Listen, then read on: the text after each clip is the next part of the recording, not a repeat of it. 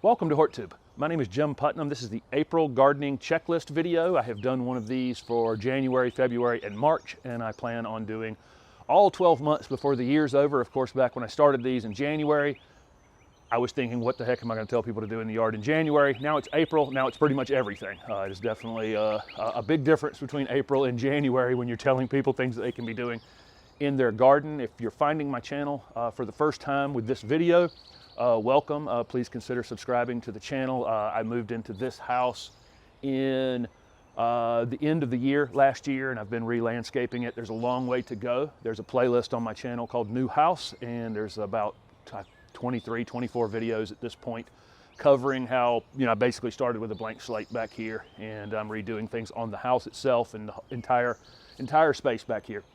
So like I say, welcome. Let's get started because there's a ton of stuff for April, of course. This is a great month to be fertilizing your shrubs and trees if you haven't done it already. I use an organic fertilizer. Choose the brand of your choice. But I fertilize all my perennials that are breaking the ground, shrubs and trees, all at the same time. And the reason I use an organic fertilizer is because I'm always treating the soil.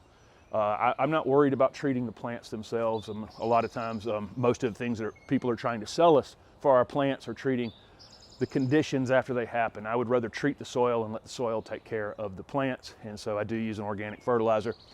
But whatever slow release fertilizer you want to use, this is the time of year to be doing it. Just follow the directions on the bag of the product that you get. I get a ton of questions about whether to be using fertilizers for acid-loving plants, or like something like Hollytone, or using just a regular fertilizer. You do need to check your soil pH, and this would be a good month to do that, and see if you actually need it. Because if your pH is already low enough, most of the plants that I would have in my yard here in the middle of North Carolina are acid-loving plants. But I don't need to use a fertilizer for acid. I don't need to use a fertilizer to lower the pH. My pH is already low enough. So that's kind of the point of that. You only need to use something like Hollytone to lower the pH if you need to lower the pH. So do get that tested. I've got a link down below for my Amazon store with an inexpensive pH tester that you can take care of that pretty quickly. That's fertilizing. Still a great time to mulch. And this time of year, the late winter weeds, the chickweed and henbit and all those things are trying to seed themselves. I really would, as fast as you can, try to get that stuff out of the ground. Some of it south of me has probably already come to seed. Some of you guys in the north, it's still nice and green and looks great. Those winter weeds, they will seed themselves pretty quickly if you don't get them out. So I would encourage you to do that, and then mulch your bed spaces at the same time. I've talked about that in each of the videos up until now. Those of you who are in like zone 5, the March checklist video may be the best one for you. But spring, we definitely want to get a covering on the ground around our shrubs and trees and perennials, whatever type of mulch that you want to use, because it is great for suppressing weeds. Also, as we get further into spring, where the water needs of our plants are increasing as the new growth is happening, that mulch will do a great job of keeping some soil moisture in place and maintain the temperatures. As the sun starts to beat down on the ground, the mulch does a good job of regulating, cooling the roots. Does a great job of warming the roots in the wintertime, and the opposite in the summertime. I'm going to be doing some irrigation installation in this yard during the season, and I'm going to be doing some of that planning now.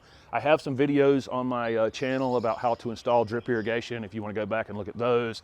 I also have one for how to do container vegetables, and I did some container vegetables at my last house on a deck and did some drip irrigation across the top of those. Go back and look at those videos, and if you want to do some planning for running drip irrigation through, those videos would probably be pretty helpful. I break them down really into basic components. And like I say, this season I'm definitely going to be doing drip irrigation back here, and I'm going to start the planning for that now. If you already have an existing irrigation system, go ahead and get that thing fired up and make sure it's going to be working properly before the season gets here. And if you need to replace anything on it or work on anything, it's better to know before the day that you actually need to water something in May or whenever that's going to be.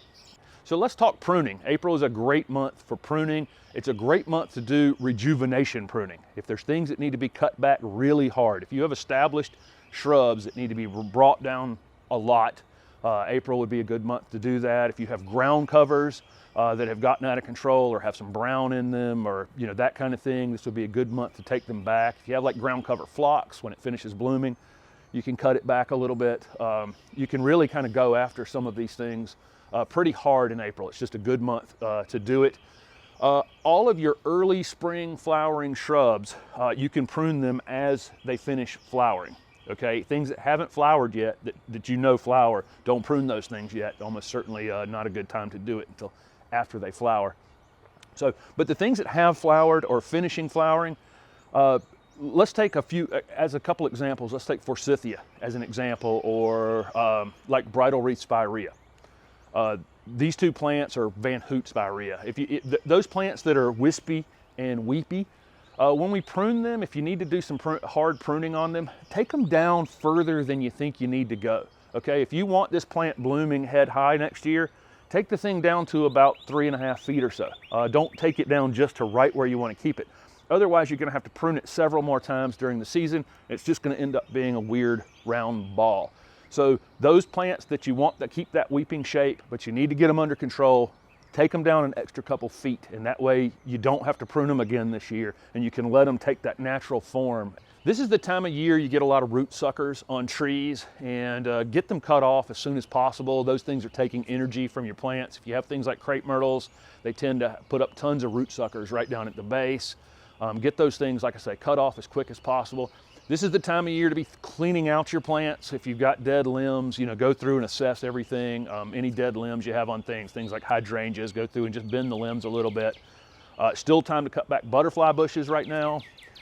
And also, this is a time of year to make tough decisions. If there's something that's half dead, something that's not making you happy, something you'd like to replace, the sooner you get it out of the ground, always the better. And go through and assess those things, and like I say, the sooner you can get something out of the ground, the easier it will be. The longer you wait, the harder it will be. But if you have something that's just half dead and it's not bringing you any joy in the garden, you can try to rejuvenate, do some rejuvenation pruning on it, prune it way back, see if it'll come out for a season. If you've already tried something like that, grab it out of the ground in April. So let's talk planting. Obviously, April is going to be a great planting month for most people around the country. Things that are tender, though, in my area, my average frost-free date is April 15th. This is an important thing to know. You need to find yourself on the USDA zone map and find out where you are, figure out when your average last frost date is. You can search that pretty easily on Google, no problem. Find out what your average last frost date is. And keep in mind, that's your average last frost date. My average last frost date, like I'm telling you, is around the 15th of April. When I had my nursery, we had, after the 20th of April one year, we called it the Easter freeze, we had 2 nights in the mid-20s, back to back after April 20th. And it caused a tremendous amount of damage all over the place. So when I say your average last frost date, when I get to that April 15th time and I'm ready to put out my tender plants, that would be vegetable plants, and that would be hanging baskets and tender annuals, flowering things for the season. I'm also looking beyond that on the 10-day forecast and making sure there's nothing out there that's going to sneak up on me, because I have had many frost in late April in my area. Certainly you guys up in 5 and 6 have them even later, into May and that kind of thing. So keep in mind, it's your average last frost date. It's not like that day there's some magic thing where the weather just decides it won't frost after that. So keep that in mind. But sometime around mid-April in my area, I'm definitely going to be putting out all of the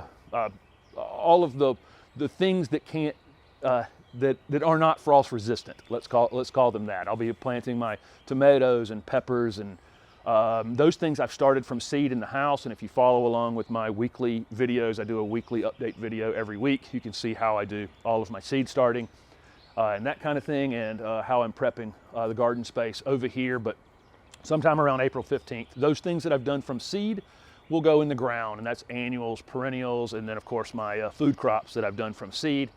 I do cucumbers and squash and zucchini and okra and most of the other things I just do from seed directly in the ground. There's really not a lot of reason to do them starting in the house. although those of you in further north where you have shorter seasons, there may be a good reason to do it. But things like beans and that kind of thing, I'll sow them just directly in the ground. But mid-April, also caladiums and any bulbs that you're buying from the box stores, anything you've bought that says plant after last frost, find your last frost date, and that'll be the time to put those kinds of things in. I like to do my own hanging baskets, and the reason for that is typically when you're buying a hanging basket, you know, wherever you garden center you're engaging in, they're pretty full already, and they're looking great, but they're also like they're peak, and they're pretty well rooted into those pots. And if you're buying hanging baskets in the middle of April or the beginning of May, and you expect them to still look nice in August, they're probably not. I actually prefer just to plant my own baskets. You can go into a garden center, see the ones you like, find them in little pots, buy the hanging baskets themselves and plant them up yourself. And I think you'll see, and fertilize them, and I think you'll see that you could get a longer period of time out. It's also far more rewarding. Of course, this is a great time to plant shrubs, trees, flowering perennials. But be careful with things that have a ton of new growth on them. You'll see things arriving that maybe were shipped from 2 states further south into your garden center. And so if let's say your average last frost date is April 21st, and you're shopping on April 1st, and you bring something home and it's in full flower, or it's, you know, got 3 inches of growth on it already, it probably wasn't grown in your area, or it came out of a greenhouse. Be careful with those things. If you put them in the ground too early, they would be very susceptible to a hard frost or or freeze, for sure. So, like I say, just be careful with that. I'm not saying don't buy them. You can bring them home, store them someplace, or just keep them in a container, which would allow you to bring them up on a porch or something like that to avoid them getting any frost on them. April's also going to be a great month to find food crops, plants. And so you're probably going to find your best selection of fruit trees at that time of year. You're going to find bare root strawberries, asparagus, rhubarb. You're going to find blackberries and blueberries and figs and raspberries at your garden center. So if you're interested in any of those kinds of things, you probably want to grab them fairly quickly. Like I say, if they've got a ton of new growth on them, you may want to hold back putting them in. But things like asparagus and strawberries, those kind of crops, go ahead and get those in the ground sooner than later. And bulbs, summer bulbs like irises and that kind of thing, you can go ahead and get those in the ground in the month of April as well. I'll do a lot of container planting here. I planted an azalea back here, red flowering azalea, in a container the other day. Shrubs and trees that you're going to put in containers can go ahead and be done. Tender things, or things that have a lot of new growth on them, let's say herbs, some herbs. Some herbs are actually perennials and would be fine, but some of your tender herbs like basil, as an example, you would want to wait until after your frost-free date. But I'll container plant some of those things. I'll container plant annuals and perennials and lots of things. But go ahead and be planning for that. Buy your potting soil, get some containers, be prepared for those things. Like I say, shrubs and trees early in the month, no problem. Later in the month, I would wait later in the month for any tender things that you're going to use as container plants, maybe on a patio or that kind of thing.